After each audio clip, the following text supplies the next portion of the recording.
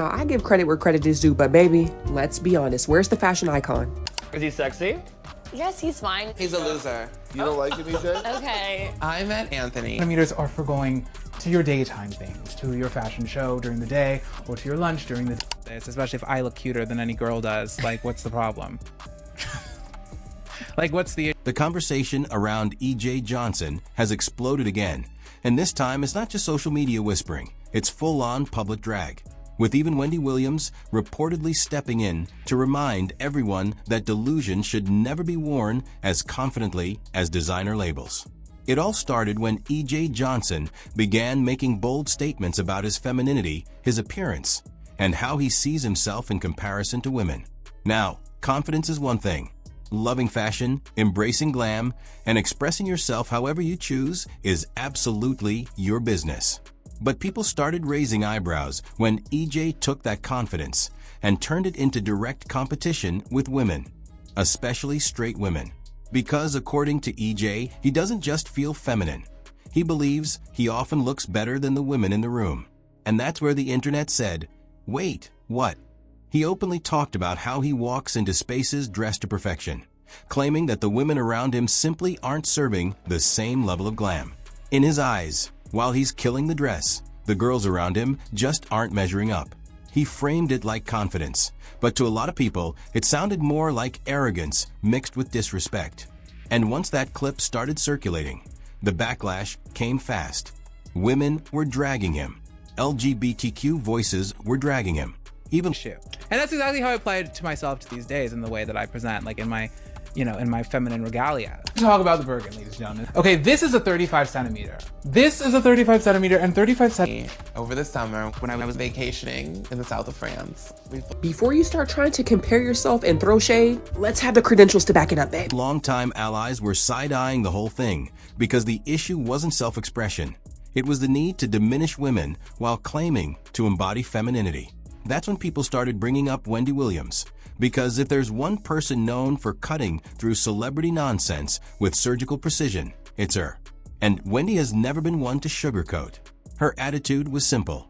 You can live your truth, but don't confuse performance with reality. Loving men doesn't make someone a woman. Wearing dresses doesn't make someone understand womanhood.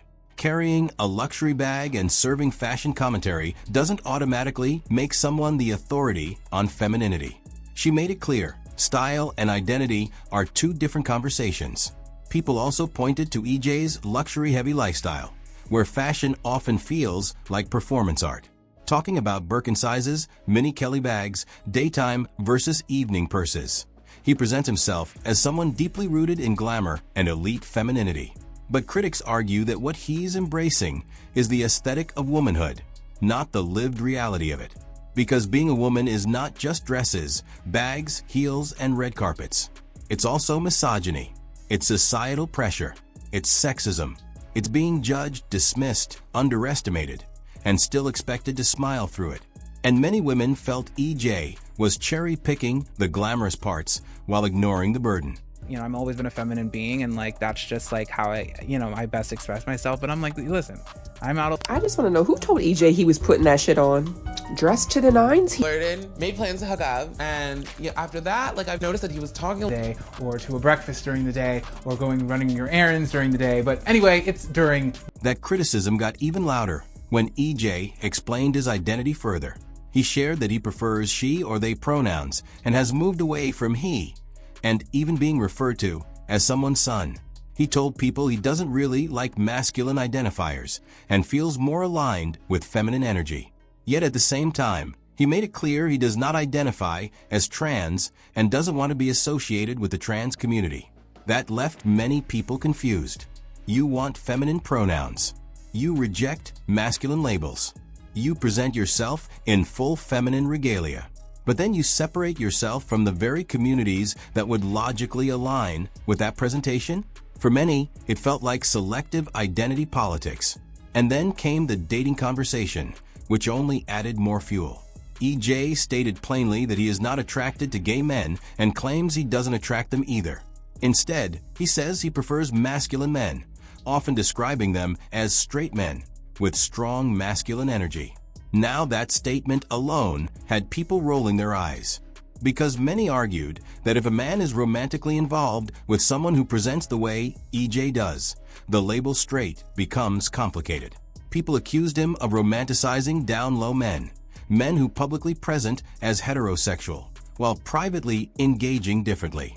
And that opened another conversation entirely about secrecy, denial, and how some men use women and public relationships as shields. Again, Wendy reportedly had thoughts. Because after decades in entertainment, she's seen that story play out too many times.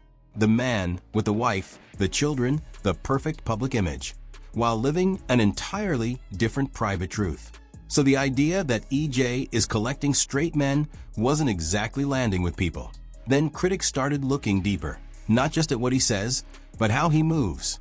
Many pointed back to the situation involving his sister and a man he was interested in. When she ended up involved with someone he had feelings for, EJ's reaction struck people as revealing.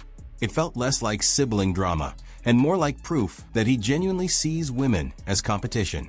And that's where things got messy. Because confidence is attractive, style is fun, self-expression is freedom. All the time, and like I'm killing a dress and no one else is. Like the girls in the room are not doing it. Like they don't look cute. A lot with Lisa in the corner. And then the man who led me on is now like get into your 25-centimeter purse or your mini Kelly. But competition rooted in tearing women down, that hits differently. A lot of women said the issue isn't that EJ is feminine. It's that he seems to want validation by outperforming women in womanhood, instead of simply existing in his own identity. That's a problem, especially when privilege enters the room. Because let's be honest, being the child of Magic Johnson changes everything. EJ moves through the world with money, status, access, and protection most people could never imagine. His reality is not the average reality. Would the public even know him without that last name? That question keeps coming up because critics argue that privilege has allowed him to say outrageous things without facing the consequences others would. He can reject communities. He can challenge women publicly. He can call himself the baddest in the room. Is also an option. Something tiny. This does not go to dinner. She's not going to dinner. They're not dressed to any nines, so And somehow, he still remains protected by celebrity proximity. But the public isn't buying it anymore. People are saying enough. Enough with reducing womanhood to fashion. Enough with using femininity as performance.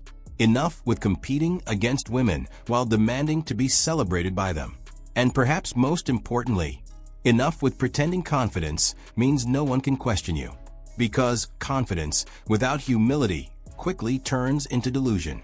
And that's exactly why this conversation keeps growing.